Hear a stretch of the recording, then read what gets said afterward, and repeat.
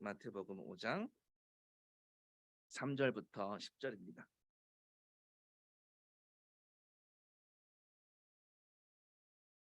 오늘 제목은 팔복입니다. 마태복음 본문은 5장 3절서부터 10절.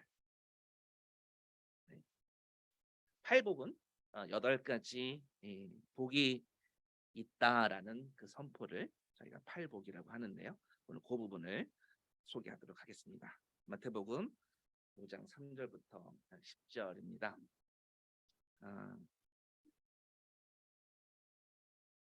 심령이 가난한 자는 복이 있나니 천국이 그들의 것이며, 애통하는 자는 복이 있나니 그들이 위로를 받을 것이며, 온유한 자는 복이 있나니 그들이 땅을 기업으로 받을 것이며, 의에 줄이고 목마른 자는 복이 있나니 그들이 배부를 것이며, 긍휼히 여기는 자는 복이 있나니 그들이 긍휼히 여김을 받을 것이며, 마음이 청결한 자는 복이 있나니 그들이 하나님을 볼 것이며, 화평하게 하는 자는 복이 있나니 그들이 하나님의 아들이라 일컬음을 받을 것이며, 의를 위하여 박해를 받은 자는 복이 있나니 천국이 그들의 것입니다. 아멘. 제가 이 부분을 세 번역으로 다시 한번 읽어드리겠습니다. 잘 들어보세요. 지금 좀 전에 읽었던 거는 우리 개역개정으로 읽었는데요. 다른 번역본으로 다시 읽어드릴 테니까 들어보시면 좋겠습니다. 마음이 가난한 사람은 복이 있다. 하늘나라가 그들의 것이다. 슬퍼하는 사람은 복이 있다. 하나님이 그들을 위로하실 것이다. 온유한 사람은 복이 있다. 그들이 땅을 차지할 것이다. 6절입니다. 의에 줄이고 목마른 사람은 복이 있다.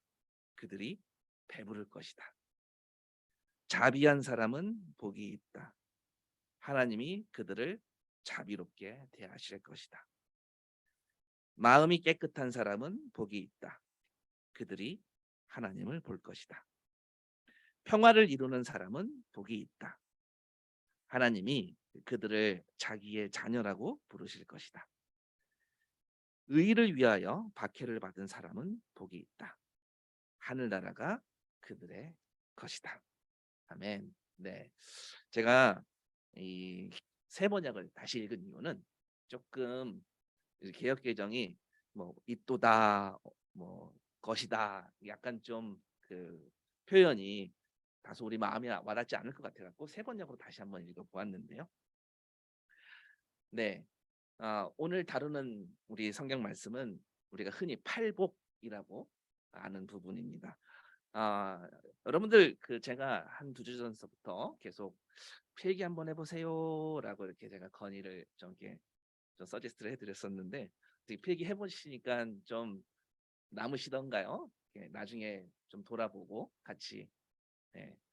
네, 안 하시는 분도 상관없고요. 네, 하시는 분도 더 하셨으면 좋겠는데요. 어쨌든 필기를 하게 되면은 또 말씀의 그런 구조들이 또 보이기도 하고요. 나중에 궁금한 건 물어봐야겠다라고 질문거리가 생기기도 하니까요. 예, 한번 필기 한번 해보시면은 유익할 것 같아요. 어쨌든 마태복음은 천국에 대한 이야기가 아주 독특하게 나와 있습니다. 마태복음에서 말하는 천국은 미래에 대한 천국일까요? 아니면 오늘에 대한 천국일까요? 둘 다. 네. 속지 않으시는군요. 맞습니다. 둘 다입니다. 네, 양자택일이 아니라 둘 다 맞습니다. 저희가 이제 본격적으로 천국에 대해서 보려고 해요. 제가 지난 시간에 천국에 대해 한번 상상해 보라고 했었던 거 기억하시나요? 천국이 어떤 모습일까 각자 한번 상상해 보시라고. 흔히 천국 하면 상상하기를 어때요? 천국에는 막 건물들이, 집이 으리으리하게 금으로 된, 보석으로 된 건물과 막 금으로 이렇게 닦여진 길들이 있을 것이고, 막 구름 위로 막 천사들이 막 서 있을 것이고, 예, 그 한가운데 빛나는 왕자에 우리 주님이 앉아 계시고, 네, 뭐 눈 뜰 수조차 없는 밝고 휘황찬란한 그런 아름다운 곳, 그런 천국 앞으로 가게 될 것이라고 상상하시는 분도 있을 거예요. 네, 그렇게 상상하시는 분도 있을 것인데요.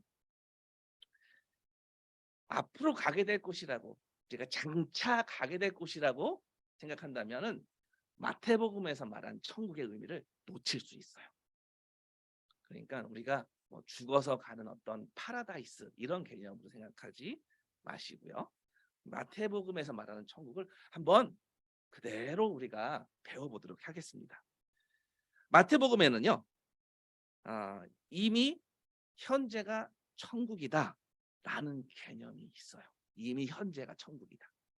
지금이 마태복음에서 약속하는 천국은요, 지금의 천국과 또 장차의 천국 두 가지를 다 바라보고 있어요. 오늘 말씀에서도 보니까요, 그들은 위로를 받을 것이다. 장차. 그렇죠? 장차 위로를 받을 것이다. 뭐 땅을 받을 것이다. 세 번역에 의하면 상속받을 것이다. 이렇게 표현되어 있는데요. 지금 받은 게 아니라 장차 받을 거예요. 그렇죠? 만족할 것이다. 기뻐할 것이다. 네. 맞아요. 앞으로 다가올 모습을 이야기합니다. 그런데 3절과 10절에 나오는 그러니까 8가지 복 중에 1번과 8번은요. 동사의 시제를 한번 보세요. 1번과 8번. 그러니까 3절과 10절. 자세히 들여다보면은요. 3절은 천국은 그들의 것인데 현재 이미 그들의 것이라는 그런 개념이에요. 자, 3절은 그렇게 시작합니다. 팔복은 마지막에 10절도 천국은 그들의 것이라는 이미 확실하게 결정해서 말씀해 주세요.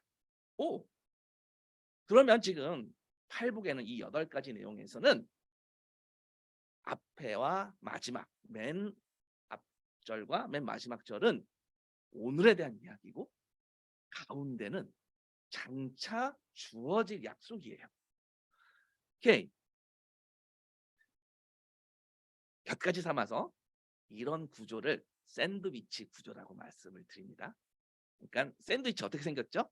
빵이 있고 위에 빵이 있고 또 아래 빵이 있고 가운데는 뭐가 있죠? 네, 샌드위치 재료가 있어요. 오늘 이 팔복의 이 샌드위치 구조는 현재 천국, 그 다음에 또 현재의 천국, 그 가운데는 어떠한 천국이냐면요. 장차 주어질 약속에 대한 거예요. 네. 예수님은요, 자신이 천국의 왕이기 때문에 천국이 이미 임했다라는 선포를 그런 말씀을 하시는 거예요.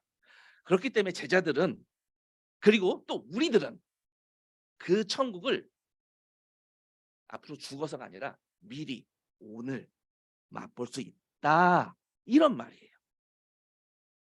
그렇지만 이 천국의 이 라이프의 천국 라이프의 완전한 체험은 완성될 때까지 기다려야 된다. 그런 말씀이기도 해요. 그럼 천국은 현재인가요? 미래인가요? 천국은 현재인가요? 미래인가요? 현재와 미래 둘 다 있습니다. 아까 답해 주셨는데 네, 제가 이거 다른 문제인 줄 알고 또 골똘히 생각하실 줄 아는데요. 네, 현재와 미래 둘 다 천국은 있습니다. 우리는 지금 그리스도를 통해 하나님의 통치를 미리 맛보고 있지만 앞으로 장차 훨씬 더 많은 것을 완전하게 경험할 것이에요. 그렇기 때문에 앞에 팔복의 첫 번째 3절과 마지막 10절에는 천국이 그들의 것이다라고 확실하게 이야기하지만 그 가운데 내용들 4절부터 9절에서는요. 이 천국의 축복이 여전히 장차 올 것을 약속하고 있는 거예요. 그렇기 때문에 현재와 미래 둘 다입니다. 자, 정리하면 하나님의 나라 천국의 이 축복이 복되다라는 이 표현이 현재도 가능하고 또 미래에도 가능하다. 둘 다에 있다라는 것을 받아들일 때 기독교가 말하는 천국의 문이 열리는 거예요. 이게 기독교가 말하는 천국입니다. 잠깐 소개했습니다. 천국은요. 마태복음에서 천국은 영어로 Kingdom of Heaven이라고 적혀 있어요. Kingdom of Heaven. 자, 이 Kingdom of Heaven을 처음으로 소개하는 인물이 이 마태복음에서 누구였죠? 예수님 전에 왔던 침례 요한, 존 더 베프티스트였어요. 요한이 예비한 길을 예수님께서 걸어가시죠. 근데 이스라엘이 기다렸던 게 킹덤 오브 헤븐이었을까요? 뭘 기다렸을까요? 이스라엘이 기다렸던 거는 킹덤 오브 이스라엘이었어요. 이스라엘의 왕국이 다시 다윗의 이스라엘의 그 왕국이 세워지는 것을 바라고 있었어요. 근데 회개하라, 킹덤 오브 이스라엘이 아니라 킹덤 오브 헤븐, 천국이 가까이 왔다라고 하고 있습니다. 과거에 구약에 킹덤 오브 이스라엘 왕국을 세우고자 할 때는요, 자, 출애굽을 했습니다. 이집트에서 나왔어요. 그리고 가나안이라는 지역으로 갔습니다. 그러면 가나안 땅이 그들에게는 젖과 꿀이 흐르는 곳으로 생각하고 그 땅에 가서 킹덤 오브 이스라엘의 왕국을 세우는 게 소망이었어요. 그들의 목적이었습니다. 반대로 마태복음은요, 침례 요한은 킹덤 오브 헤븐은 우리가 가는 것이 아니라 온다라고 합니다. 우리에게 온다, 다가온다라고 해요. 그리고 여호수아서 5장에 보면은요, 여호수아가 이제 광야 2세대예요. 천신만고 끝에 가나안 땅으로 들어갈 때 가나안의 킹덤 오브 이스라엘을 세우는 거예요. 그거 세우고자 할 때 온 백성들에게 무엇을 하라고 얘기하죠? 할례를 하라고 합니다. 온 백성이 단체로 할례를 받게 합니다.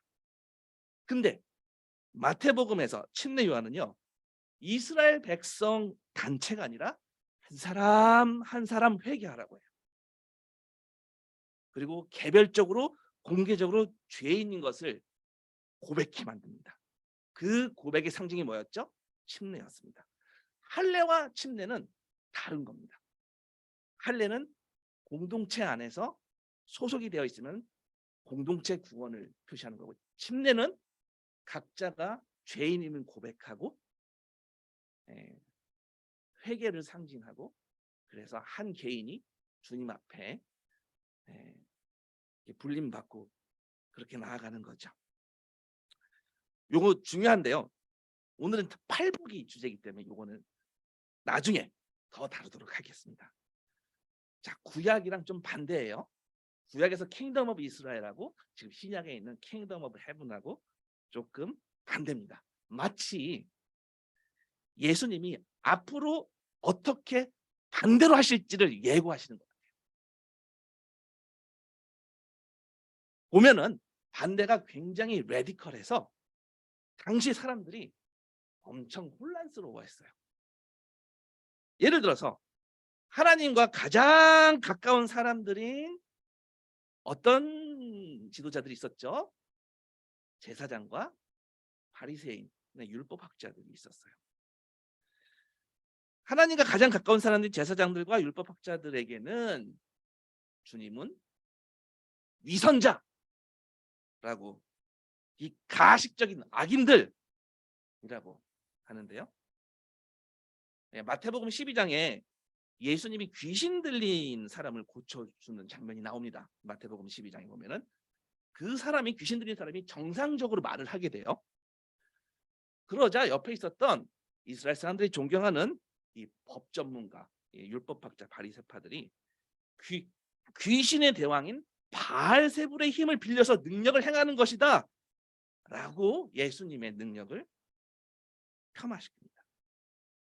그랬더니 예수님은 사탄이 어떻게 사탄의 힘을 빌어 사탄을 대적하느냐라고 반문하시면서 이 독사의 자식들이라고 했어요. 존경받는 이 바리새파 지도자들에게는 노하시고, 반대로 손가락질 받았던 사람들, 세관원들, 텍스 컬렉터, 세리들, 부끄러운 일을 하는 여성들, 중풍병자, 그런 사람들에게는 따뜻하게 사랑스러운 내 자녀들이라고 호칭을 해요. 내 새끼야, 아가야, 이런 표현을 합니다. 마태복음 9장에는 침대에 누워있는 병자를 데리고 와요. 유대인들이 그 병자를 보고 사랑스럽게 얘야라고 합니다. 작은 자야, 얘야. 네 죄는 용서받았다라고 말씀해 주세요. 너무나 사랑스러운 어조로 말씀해 주세요. 당시에 손가락질 받았던 사람들이었는데 천국으로 초대해 주시는 말씀을 하세요. 예수님이야말로 정말 거꾸로 된 말씀. 많은 사람들이 생각하기에 칭찬해 줘야 될 사람들한테는 꾸짖고, 또 죄인이라고 욕먹었던 사람들한테는 사랑스럽게 예야라고 그러셨습니다. 옛날 유대인들은요, 예수님을 보고 당시 질서를 마구마구 어지럽힌다고 생각을 했어요. 왜요? 모두가 따르던 방식을 거꾸로 확 뒤집어 버리는 것처럼 보였기 때문이에요. 지금 만약 오늘 이 자리에 예수님이 오신다면 무엇을 거꾸로 뒤집으실까요? 오늘 한번 상상해 볼까요? 오늘 우리 교회에 예수님이 오셨다. 우리 교회 뒤집을 게 없는데요. 저는 그렇게 말하고 싶은데 그래도 혹시 굳이 말하자면 교회 전체를 뒤집어 엎어버린다. 네. 성전 가서 예수님이 소동을, 마치 난동급의 소동을 그으셨죠. 어쩌면요, 저는 그래요. 여기 들어오셔서 저 방송 장비 다 뒤집어 엎으실 수도 있겠다 싶어요.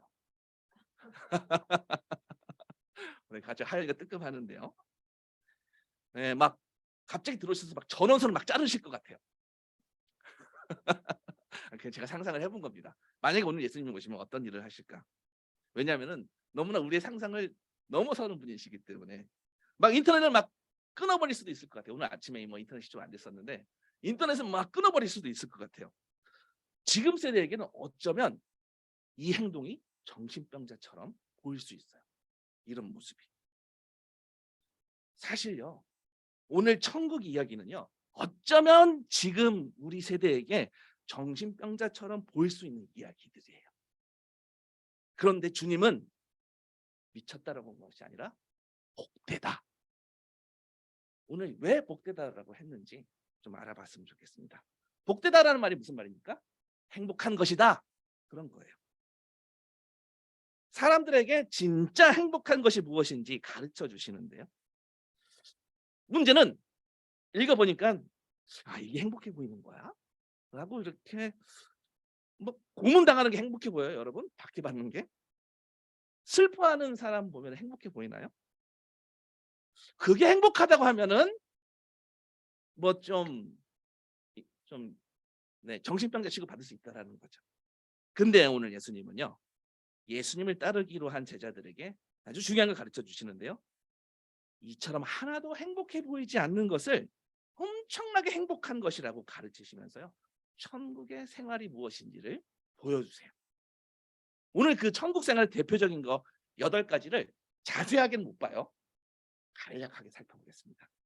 자세하게는 나중에 우리 팔복이라는 주제로 성경 공부를 한 8주를 하면 좋을 것 같아요. 오늘은 그렇게까지 못하고요, 소개만 하겠습니다. 예수님이 가르쳐 주시는 천국, 더 정확히 말하자면 천국 사람들의 마음이에요. 천국 백성의 마음. 어떤 마음이 천국이 가까이 온 것을 알 수 있는 마음인지를 같이 말씀 보면서 좀 배워보도록 하겠습니다. 아까 침례 요한 얘기했었는데요. 또 예수님도 마찬가지고요. 천국이 가까이 왔으니 회개하라라고 한 것은요, 사실 그 사람들한테만 한 게 아니고요, 지금 우리에게도 하신 말씀이에요. 오늘 우리에게도 하신 말씀이에요.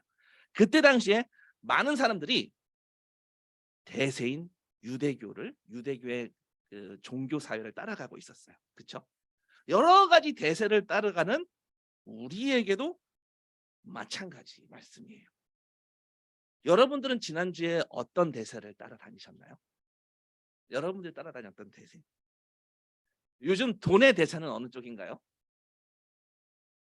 요즘 머니 트렌드 어느 쪽이 뜨나요? 요즘 최고 인기 있는 주식은 어느 종목인가요? 네. 혹은 뭐 요즘 막 청년들이 가장 최고의 직업이라고 하는 그 잡 포지션은 무엇인가요? 각자가 뭐 바라보는 대세가 있겠죠? 요즘 뭐 최고 인기 있는 베이커리는 어딘가요? 가장 힙한 쇼핑몰은 어디인가요? 뭐 지금 요즘 유행하는 그 갬성템 뭐 이런 거, 네. 뭐 히트템 어떤 거예요? 네. 뭐 요즘 뜨는 뭐 동네 어느 동네가 뜨나요? 뭐 부동산 하시는 분들은 어느 동네 요즘 부동산이 다 죽었긴 합니다만 네. 사실은 우리는요 요즘 뜨는 무언가에 팔려 있어요. 우리에게 이러저러한 대세를 따라가는 우리들에게도 주님은 오늘 뜨는 동네가 아니라 영원한 동네를 바라보는 거예요. 지금 뜨는 동네가 아니라 영원한 곳, 천국을 보라고 하세요. 그걸 보게 하시려고 지금 다 대세다 하면서 몰려가고 있는 우리가 막 몰려가고 있거든요. 그 방향에서 어떻게 하냐면 유턴해. turn back. 돌아와. 이 이야기를 하시는 거예요. 그 방향에서 돌이켜서 return해서 회개하라라는 거예요. 회개의 뜻은요. repent의 뜻은요. 가던 길을 멈춰서 다시 돌아오라는 거예요. 주님 쪽으로 돌아오라는 거예요. 대세 쪽으로 가다가 돌아서 주님 쪽으로 오라는 겁니다. 우리는요. 쉽게 이 대세에 잘 휩쓸립니다. 항상 몰려가고 그 방향에 막 같이 합류합니다. 뭐 아이들 교육할 때도 그렇고요. 뭐 직장 생활할 때도 그렇고요. 어떤 요즘은 뭐 그런 거 없을 수도 있지만 어, 어떤 줄에 서야 되는지 뭐 그런 것도 직장에 있는 어떤 정치 하시는 분들은 또 그렇게 하지 않습니까? 자, 우리는요 이와 같이요 본성적으로 어떤 대세에 어떤 흐름에 거기에 따라가는 그런 습성들이 있어요. 그런데 오늘은요 무언가에 정신 팔려 있지 말고 생각하고 주님께로 돌아서 라는 메시지를 계속 주세요. 뒤로 돌아 turn back 하라고 하시죠. 네. 천국을 소유한 사람이 되기로 결심했다면 돌아서 이런 말씀이에요. 주님은요 우리 모두가 대세의 노예가 되는 삶을 벗어나라고 하십니다. 그런 노예되지 말고 영원한 것을 바라보라고 합니다. 오늘 말씀에 이 천국을 소유한 그러니까 하늘나라를 소유한 사람이 누리는 복됨에 대해서 소개하고 있는데요. 8가지 소개합니다. 여러분들 다 듣고 돌아서길 바랍니다. 처음에 마음이 가난한 사람, 심령이 가난한 사람은 복이 있다. 하늘나라가 그들의 것이다 라고 했습니다. 마음이 가난한 사람. 무슨 말인가요? 마음이 가난한 게 뭐예요? 네, 저는 마음 말고 다른 거는 가난하기 때문에 알겠는데 마음이 가난한 건 모르겠습니다라고 하실 수도 있죠. 그렇지만 네, 성경에서 말하는 마음이 가난하다 이 말의 뜻은요. 쉽게 말해서 내 마음에 은행 계좌가 있다고 생각하시면 돼요. 내 은행 계좌가 있는데요. 그 계좌에 잔고가 별로 없다. 이게 무슨 말이냐? 내가 마음속에 괜찮은 사람이라고 생각했었는데 열어보니 내가 이런 존재였어? 별거 없네. 그런 상태. 그거 마음이 가난한 상태예요. 지금 마음이 가난하다는 말을 조금 더 구체적으로 설명하자면요. 파산이다 이거예요. 파산. 나는 파산입니다. 여러분 파산되면은 어떨 것 같으세요? 혹시 파산 당해 보신 적이 있으신가요? 네, 없으신 것 같습니다. 파산되면은 어떨 것 같으세요? 진짜 파산. 그러니까 은행에서 막 전부 다 압류 걸리고 뭐 와서 딱지 붙이고 네, 그렇게 파산이 돼요. 생존의 기로에 서겠죠. 정말 이러고 가서 어떻게 살지? 그런 생각이 들겠죠. 어떤 사람은 삶을 포기하기도 합니다. 극단적인 선택을 하기도 합니다. 근데 제가 지금 말씀드리는 것은 영적 파산이에요. 우리 마음의 심령의 파산이에요. 영적 파산은 뭐냐면요. 내가 가진 게 정말 아무것도 없었구나. 그런 마음가짐이죠. 저 같은 경우는 겉보기에 목사잖아요. 겉보기에는 목사잖아요. 그래서 꽤 말씀도 보고 또 말씀대로 삶도 살아보고 그래요. 성품도 좋은 건 아니지만 좀 저는 옛날보다 좀 나아지는 것 같기는 하고요. 제가 좋다고 그러면은 옛날보다 나아졌다고 하면은 저희 식구가 있기 때문에 분명히 동의해 줄 거라고 믿고요. 네. 하여튼 그런데 적어도 이 정도는 된다라고 생각했었는데, 근데 안 좋은 상황에 몰리면 저도 자존심 상하는 말 몇 마디 들으면요, 목사 타이틀 딱 내려놔 버립니다. 네. 사람다운 대접 못 받고 그러면요, '어? 나를 뭘로 보고 그래?' 라는 마음이 나올 때가 있어요. 안 그럴 것 같죠? 네. 여러분보다 더 심할 수 있습니다. 네. 저의 진면목을 아는 가족들이 있기 때문에 더 이상 말을 하지 않겠습니다. 네. 그동안 쌓아두었던 영적 자산들은 온데간데 없고 완전히 그냥 세상 사람들보다 못해 보일 때, 그럴 때가 있는 거예요. 내 영적 자산이 좀 있는 줄 알았는데 이제 보니까 완전 하산 그 자체인 거죠. 와, 내가 이 정도 바닥이었어? 와, 나 정말 어떻게 하나님 앞에 머리를 들고 얼굴을 들 수 있어? 놀라는 거죠, 스스로. 저의 영적 파산에 대해서. 주로 여러분들도 여러분의 영적 파산을 여러분 가까이 있는 가족들이 알 수 있죠? 알 수 있을 수 있습니다. 네, 여러분도 그렇지 않나요? 내 모습을 잘 아는. 자, 이런 상황에서는 정말 하나님만이 이 파산에서 건져 주실 수 있는 거예요. 그렇지 않으면 생존이 불가능합니다. 여러분 찬양 중에 혹시 보소서 주님 나의 마음을, 이 찬양 아시나요? 보소서 주님 나의 마음을. 나중에 한번 찾아서 한번 들어보십시오. 가사 중에 보소서 주님 나의 마음을 뭐래요? 선한 것 하나 없습니다. 저는 그 찬양할 때마다 선한 것 하나 없습니다. 정말 그런 것 같아요. 있는 줄 알았는데 열어보니까 없어요. 완전히 뱅크럽시예요. 선한 건 하나 없습니다. 나의 현재 스코어, 나의 영적 자산이 완전 깡통이라는 고백이에요. 그런데 역설적으로 이런 마음이 천국을 소유한다라고 합니다. 이미 소유했다. 그들의 것이다. 확정적으로, 단정적으로 말씀하십니다. 예수님이 이미 우리 삶에 오셔서 나의 위기를 들춰내 보이셨고, 그리고 그런 내 영적 상태를 보고 내게 구원이 필요하다는 것을 자각시켜 주셨기 때문에 이제 구원으로 확실하게 이끄시겠다라는 하나님의 작정이시기도 합니다. 나 스스로 어떤 선한 것도 어떤 의로움도 찾을 수 없다는 그런 고백입니다. 그렇게 오직 주님만 의지하는 가난한 마음은 복되다.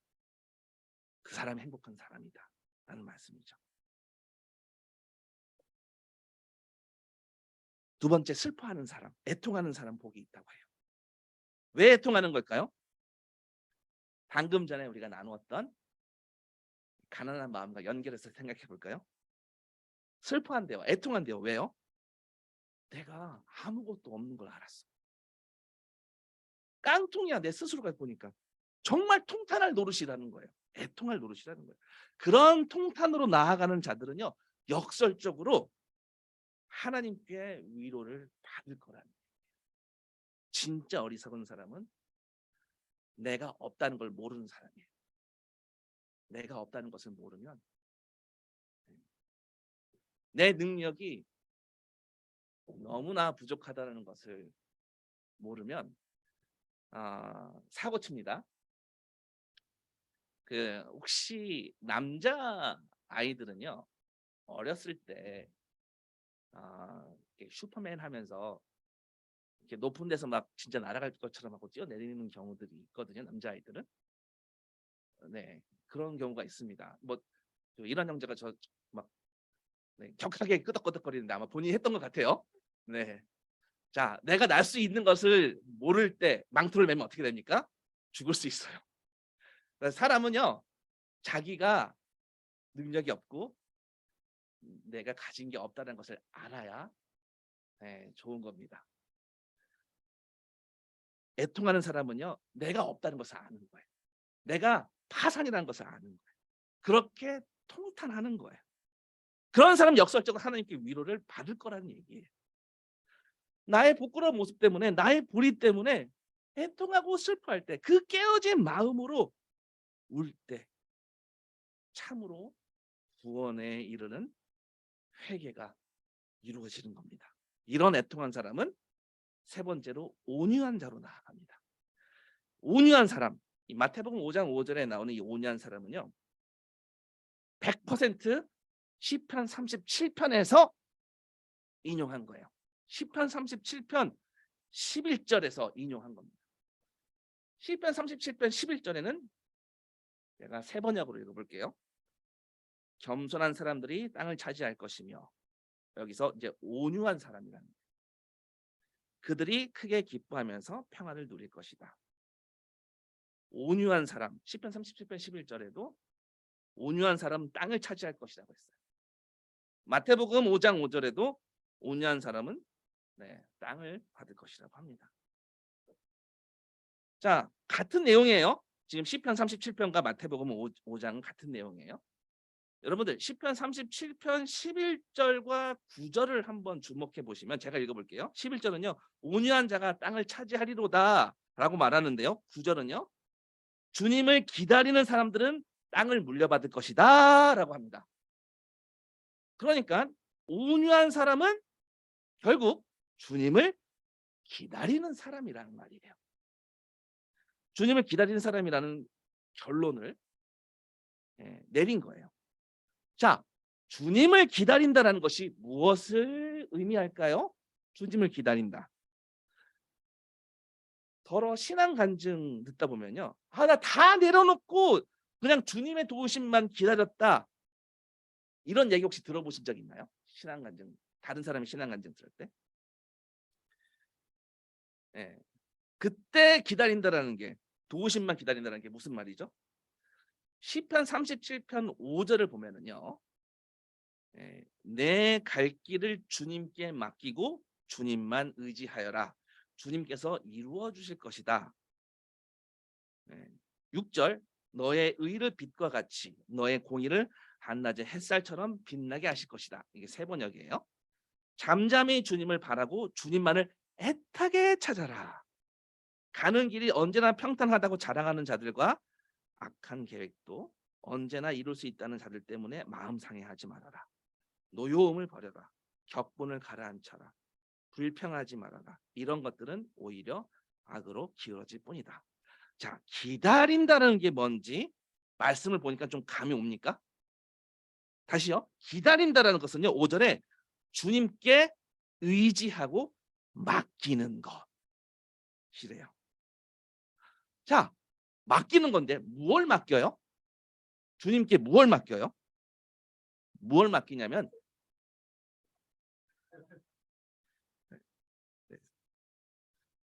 가끔 얘가 이렇게 자기 존재감을 드러내곤 합니다. 뭘 맡기냐면 길을 맡기라고 해요. 길을. 어떤 길을 갈지, 어떤 웨이, 어떤 방법을 쓸지, 그거를 맡기는 거죠. 우리 버전을 한번 바꿔볼까요? 우리가 살아가는 사업, 어떤 직장, 그런 세상에서는 별 문제 아니지만 하나님 보시기에 문제 있는 것들이 있을 수 있어요. 어떤 빠른 길, 어떤 빠른 해결책이 있더라도 하나님 보시기에 아닌 것 같아서 그걸 쓰지 않는 거죠. 쉽게 어떤 게 있을까요? 저는 어렸을 적에 주일학교에서 잘 배웠는데요. 그 예배할 때 하나님과 약속한 시간은 어떤 급한 일이 있어도 꼭 지켜야 된다라고 제가 주일학교 때 교육을 받았어요. 기도 시간, 말씀 시간, 예배 시간. 그래서 하나님께 먼저 가는 시간을 이렇게 딱 약속을 해놓고, 그리고 다른 일은 나중 순이다. 이런 일은요, 커서도 사실 어른이 돼서도 유효한 것 같아요. 예배, 기도 시간, 경건의 시간 등 하나님과 약속했을 때, 그때 누군가가 어떤 클라이언트가 급한 요청을 한다, 이럴 때도요, 어렸을 때 배웠던 신앙의 기초가 행해질 수 있어요. 그러니까 근데 행하기가 상당히 어려울 때가 있습니다. 아까 시편 37편 5절 읽었었는데, 주님께 맡기고 주님만 의지하여라.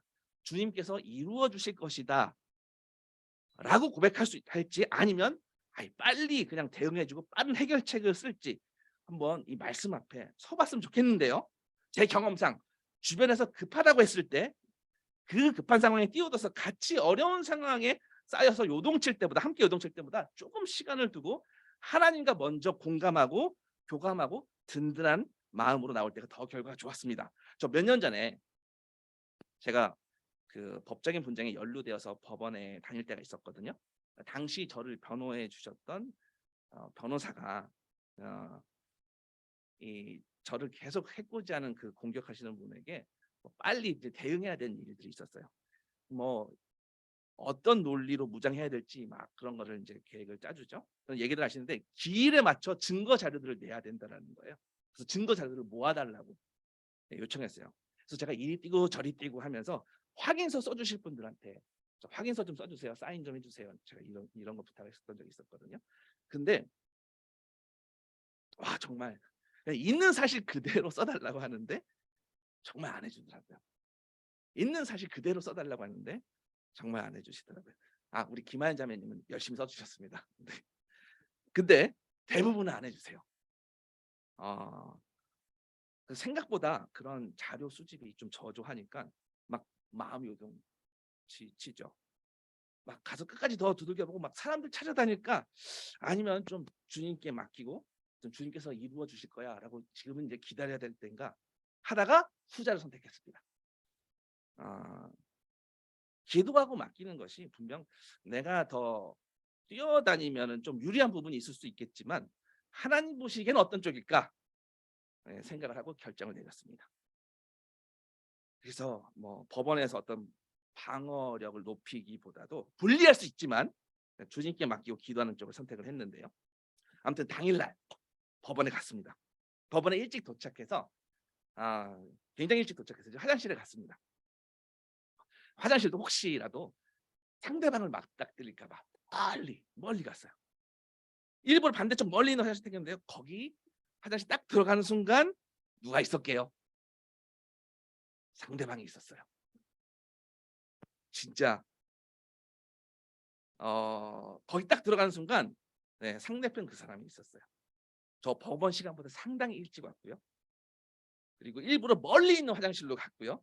네 확률상 고 짧은 한 30초 요 타이밍에 만날 확률은요 거의 0에 가까워요. 근데 제가 지금 정말 소설 쓰는 것처럼 얘기하잖아요. 근데 제가 저한테 벌어진 일이거든요. 어 안 일어날 일이 일어나는 거예요. 안 일어나는 일이. 그럼 하나님이 작정하신 일이겠죠. 안 일어날 일이 일어나는 거면 하나님이 작정하신 거예요. 그냥 그렇게 믿어지더라고요. 그래서 상식적으로 보통 그러면 '내가 잘못했나 보다.' 하고 빨리 등을 돌려서 나가야 되잖아요. 근데 어 보통 '아유 재수 없다.' 하면서 막 뒤돌아 나가야 될 것 같은데 희한하게 맞닥뜨리면서 "오랜만입니다."라는 인사를 했어요. "오랜만입니다." 예의를 갖춰서 되게 공손하게 인사를 건넸어요. 그전에 굉장히 함께 지냈었기 때문에 함께 학교를 했었기 때문에 그 인사 후에도 상대방도 저한테 대꾸를 하더라고요. 네. 형식적으로 뭐 왜 "어쩌다가 우리가 이렇게 법원에까지 이런 사이가 됐을까? 만난 사이가 됐을까?"라고 했는데 돌아오는 응답이요. "그래 그럼 우리 정말 허심탄회하게 한번 얘기해 보자. 변호사 빼고."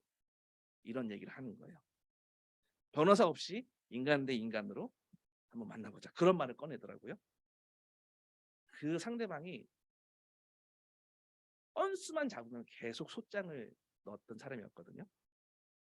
그 말을 하고 화장실에서 나오는데 제 변호사가 저랑 상대방이랑 나오는데 마치 한 편인 것처럼 보였다고. 네.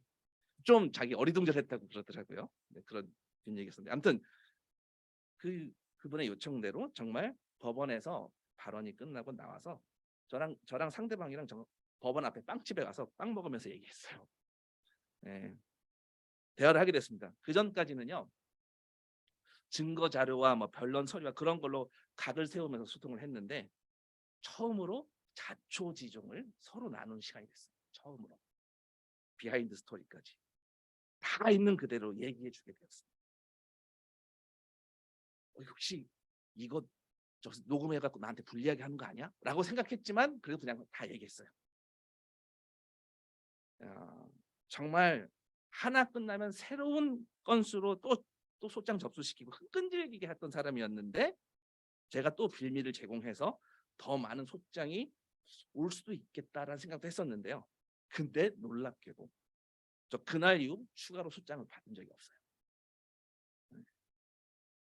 더 이상 저한테 해볼 게 없었겠다 싶었는지 저한테 붙들고 늘어져봤자 승산이 없다 판단했는지 뭔지 모르겠지만 그날 이후로 추가로 소장이 접수가 안 됐습니다. 제가 이야기를 한 이유는 뭐냐면요. 아까 시편 말씀 때문에 그런 거예요. 저는 주일학교에서 배웠던 걸 커서도 어른이 돼서 할 수 있겠다라는 생각을 이 시편 말씀 통해서 저는 실천해 본 거예요. 하나님께 나아갔을 때 내 추측을 넘어서는 어려운 상황이 주어질 수도 있지만 그럼에도 불구하고 하나님께 나아갔을 때 여러분도 한번 그렇게 해보셨으면 좋겠어요. 저는 사실은 이렇게 하니까 소장이 더 이상 접수가 되지 않고 그래서 모든 소송이 다 승리했습니다. 이런 해피엔딩을 말씀드리려고 한 게 아니에요. 더 많은 새드한 스토리들이 많죠. 그렇지만 주님께 순종해봤을 때 하나님께서 주시는 말씀은요. 말씀대로 해보면 정말 하나님이 그렇게 들어주신다라는 거예요. 주님께 맡기고 주님만 의지하여라. 37장 5절 시편. 주님께서 이루어 주실 것이다 라고 미친 척하고 정신병자처럼 제가 했었던 행동이 정신병자 같은 행동이었거든요. 그렇게 보일지라도 한번 인생에 한 번은 이 말씀 앞에 한번 서봤으면 좋겠다는 도전을 드리고 싶습니다. 다시요. 온유한 사람은 기다리는 사람이고요. 무엇을 기다리는 사람이냐면 하나님이 개입해 주실 것을 기다리는 사람이에요. 개입해 주실 것을 기다리는 거예요. 인간의 방법, 인간의 길보다 뛰어나신 하나님의 길을 택하려고 하는 것이죠. 삶에 벌어지는 복잡한 이슈들과 갖가지 압박해오는 수많은 문제들과 앞길에 놓인 장애물들을 대처하는데 나 자신이 얼마나 부족한지 인정하라는 거예요. 그리고 하나님께서 붙들어 주시고 인도하시고 보호하실 거다라고 미친 척하고 나아가는 것. 그것이 믿는 사람이고요. 복된 사람입니다. 반대로 온유하지 않은 사람은요. 내 방법으로 즉시 내 힘을 써서 필요시 선을 넘더라도 원하는 바를 이루고 마는 사람입니다. 원하는 바를 이룰 수 있지는 몰라도 천국의 삶을 누릴 수는 없습니다. 온유한 사람은요. 하나님께 모든 걸 맡기고 하나님의 결정을 기다리는 사람입니다. 그렇게 애타게 주님을 기다리고 갈증을 느끼는 자가 네 번째 의에 줄이고 목마른 사람입니다. 의에 줄이고 목마른 사람. 무슨 의에 줄였어요? 진짜 의, 진정한 의. 세상에서 말하는 그 의가 아니라 그런 의가 아니고요. 그런 의로 하나님 앞에 나갈 수가 없어요. 여기서 말하는 의는요. 하나님 앞에 떳떳하게 설 수 있는 의로움을 얘기하는 거예요. righteousness. 하나님 앞에 당당하게 설 수 있는 것. 그것이 지금 네 번째 의에 줄이고 목마른 사람입니다. 우리는 하나님 앞에 떳떳하게 설 수 있는 게 없어요. 그런 righteousness, 그런 의가 없습니다. 세상에서 말하는 의, 세상에서 말하는 올바름은 무엇인가요? 돈인가요? 권력인가요? 인기인가요? 근데 그런 걸 많이 채운다 해도요. 하나님 앞에 나아가 보여드리면 그걸로 하나님 앞에 의롭다라고 인정받을 수 있나요? 없습니다. 하나님 앞에 서게 하는 의가 아니에요. 기록된 바 의인은 하나도 없으며 하나도 없다라고 했습니다. 내가 하나님 앞에 떳떳하게 내세울 의가 없다라는 것. 그것이 의에 줄이고 목마른. 나는 내 모습 이대로 나아갈 수가 없어. 하나님 앞에 가지고 나갈 의가 없다라는 거겠죠. 그런 자는요. 다섯 번째 자비한 사람. 긍휼히 여기는 사람이라고 합니다. 자, 네 번째까지는 내가 이제까지 갖고 있던 헛된 자산, 헛된 행복, 나의 방법, 나의 의 이런 걸 비워가는 과정이라면 다섯 번째부터는요. 하나님의 것으로 이제 채워가는 과정이에요. 비우기만 하면 네, 불교랑 비슷합니다. 네, 비운 자리에 채워가야겠죠. 다섯 번째부터는요, 하나님의 눈과 하나님의 마음이 채워지는 과정이에요. 긍휼 혹은 자비한 사람은 복이 있다고 합니다. 하나님의 마음으로 채우려고 하기 때문에 그 마음으로 이웃을 바라보기 때문이죠. 내가 아무것도 없는 파산인 걸 알아서 나는 애통할 수밖에 없고 진짜 의로움의 목에 타게 되니까 이제 하나님의 마음이 채워지게 되는 과정이에요. 긍휼이야말로 우리 주님이 제자들을 바라보셨던 바로 그 마음이셨을 거예요. 늘 어리석은 제자들이었잖아요. 답답하게 했던 말 또 하게 하고 훌륭한 고백을 하다가 갑자기 사단이 되기도 하고 정말 답이 없었습니다. 제자들. 그들을 보며 예수님 품으신 마음은요. 긍휼하심이었어요. 우리도 그 마음으로 옆 사람을 바라봤으면 좋겠습니다. 여러분 옆 사람에게 긍휼의 마음을 하나님의 마음을 채우셨으면 좋겠습니다. 그리고 나서 마음이 깨끗한 사람인데요. 자, 우리가 이 팔복에서 아주 중요한 건요. 지금 예수님은 계속 마음에 관한 이야기를 하고 있어요.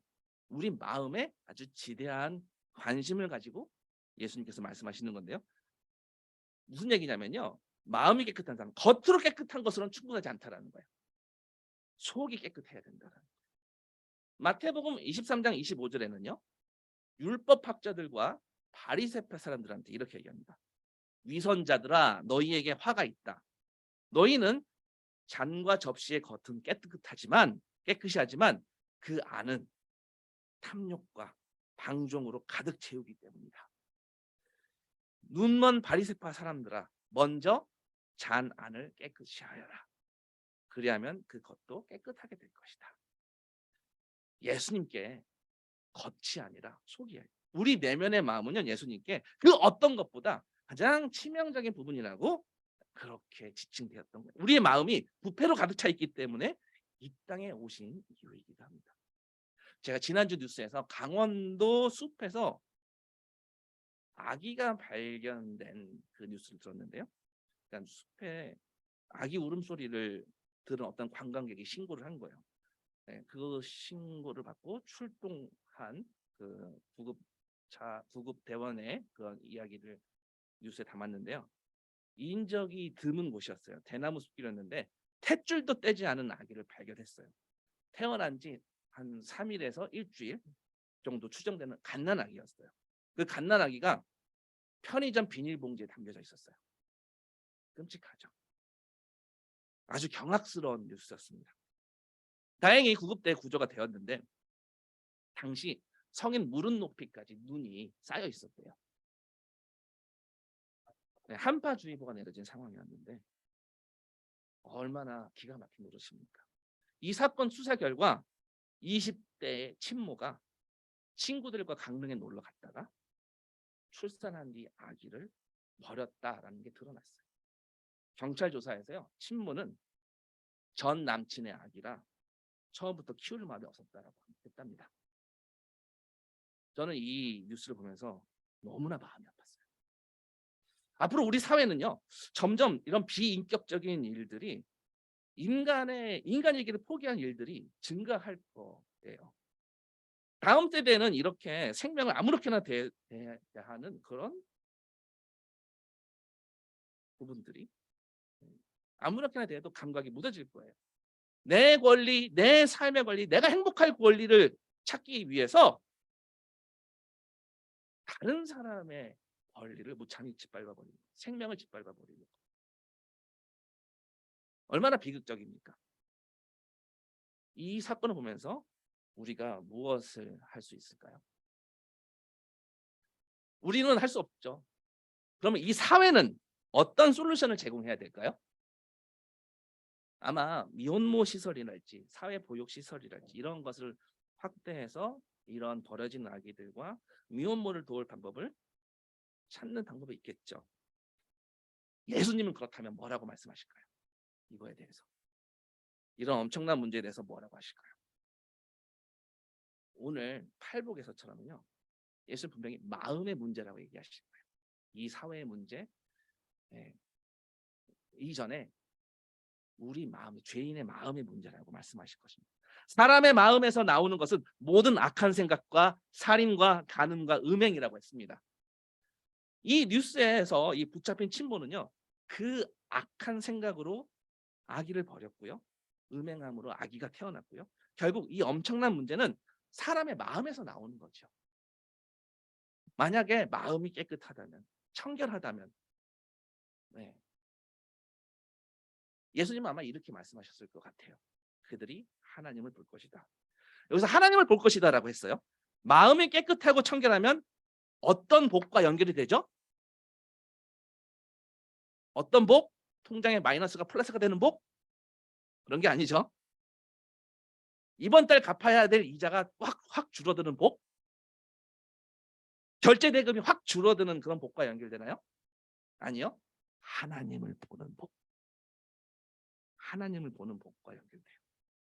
우리가 사회적으로나 개인적으로나 발생하는 모든 문제와 이슈는요, 하나님 아닌 다른 것과 연결시켜 문제를 해결하려고 해요.